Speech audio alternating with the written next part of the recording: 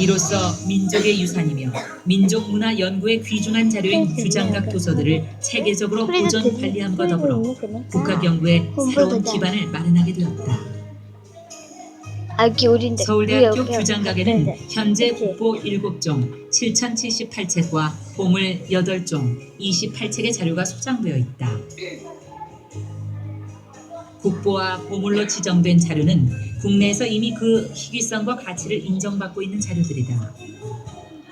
그 중에서도 규장각을 대표할 만한 자료들을 꼽는다면 단연 조선왕조실록이다.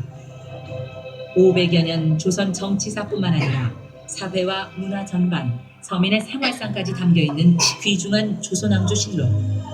조선왕조실록은 그 역사적 가치를 세계적으로 인정받아 유네스코에서 세계기록유산으로 지정된 근데 엄마 네 전화번 지웠거든. 세계적인 문화재. 아니 내가 지웠어.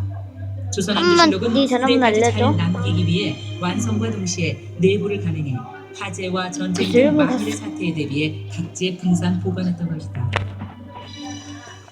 현재 규장각에 소장돼 있는 정족 산본실록은 임진왜란을 겪으면서도 유일하게 보존된 전주사고 본으로 조선 전기에 편찬된 실록의 원형을 잘 살려 그 가치가 높다 할 것이며, 이러한 실록의 보존은 역사는 결코 소멸될 수 없다는 조선의 시대의식을 잘 보여주는 것이다.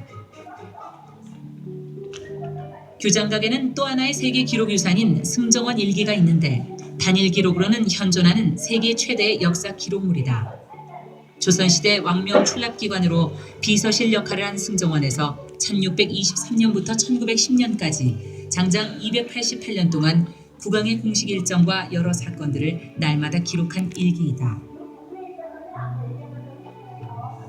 또한 비변사에서 매일매일 회의한 내용을 기록한 비변사 등록은 250여 년의 기록이 남아있고, 일성록은 1760년부터 조선 후기 150년간의 국정을 기록한 일기체의 연대기 기록으로 영조 36년에 정조가 세손으로 있으면서 자신의 언행과 학문을 기록한 데서 비롯되었다.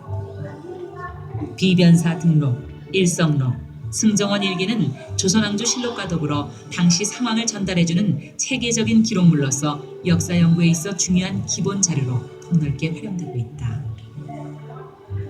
이 밖에 국보로 지정된 자료로 17사천 고금통요와 송조 표전 총류가 있다. 이들 자료는 1403년 주조한 조선 최초의 동활자인 계미자로 인쇄한 책으로 독일의 구텐베르크가 활자를 사용한 1453년보다 앞서서 간행되었다는 점에서 의미가 크다.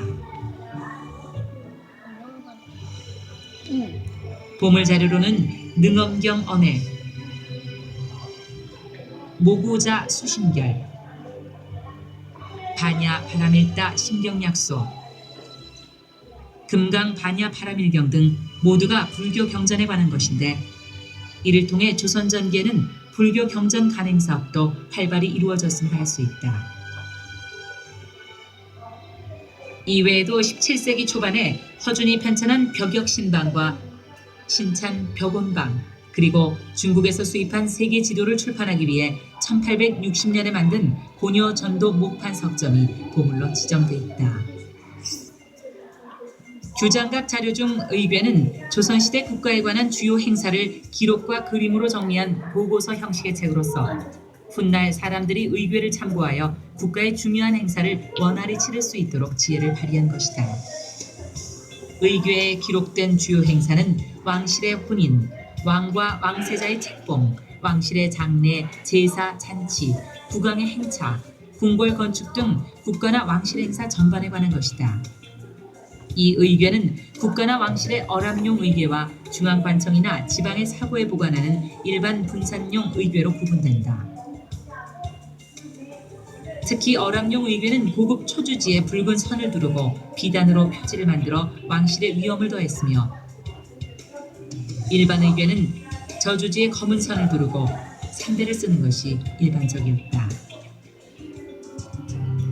의궤 중에는 왕실의 결혼 의식 의궤인 영조와 정순 왕후의 결혼식을 정리한 영조 정순후 가래도감 의궤, 왕실의 장례 의식 의궤인 정조 국장도감 의궤, 명성 황후 국장도감 의궤 등이 있으며, 정조 왕릉의 조성 과정을 기록한 정조 건능 산능 도감 의궤와 궁중의 잔치의식을 정리한 진찬의궤가 있다.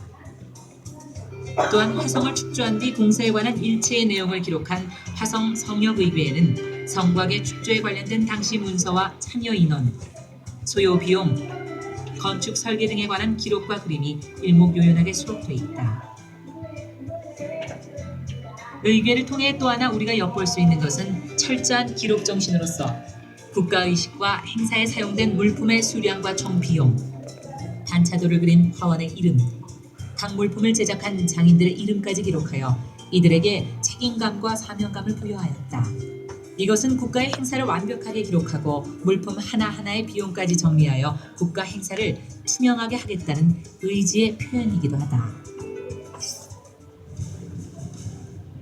고지도는 과거에 존재했던 세계와 지역의 모습을 보여주는 대표적인 시각자료다. 규장각은 국내 최대 고지도 소장처이며 대부분 유일본으로 정교한 양식과 뛰어난 회화성을 가지고 있는 것이 특징이다.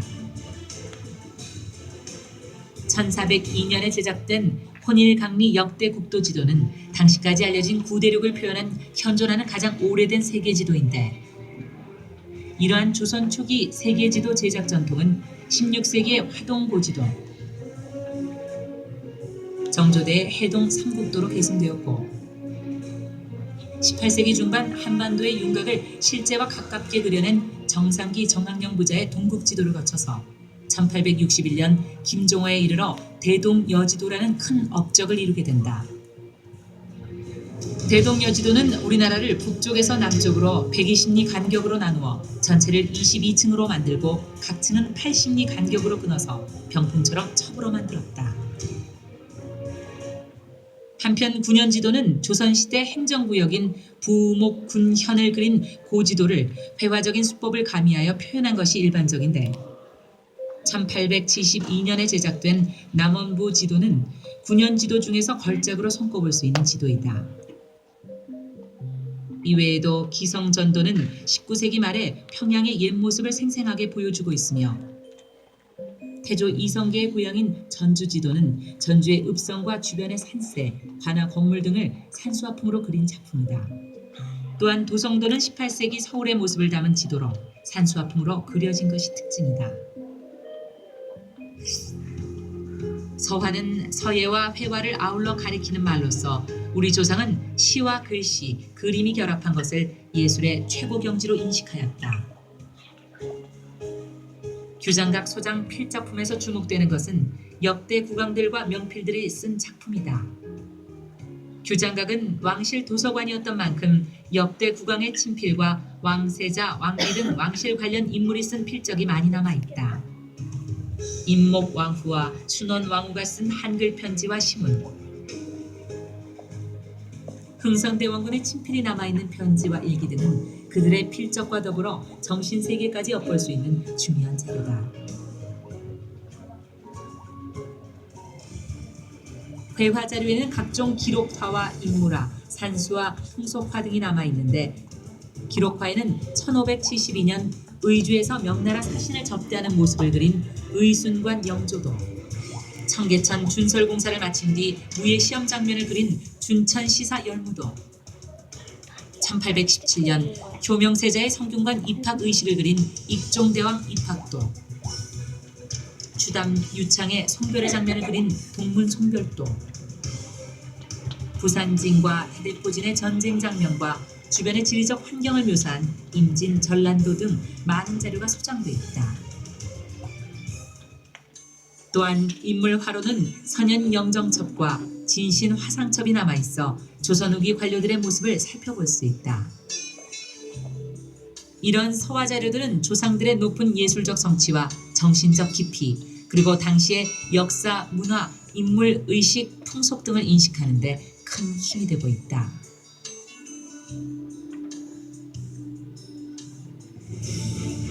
오늘날 규장각은 민족 문화의 보고이자 한국학 자료의 중심지로서 매년 학술지 규장각을 발행하여 규장각 자료를 소개하고 있으며, 규장각 발표회를 개최하고 원문 자료의 디지털화를 진행하고 있다.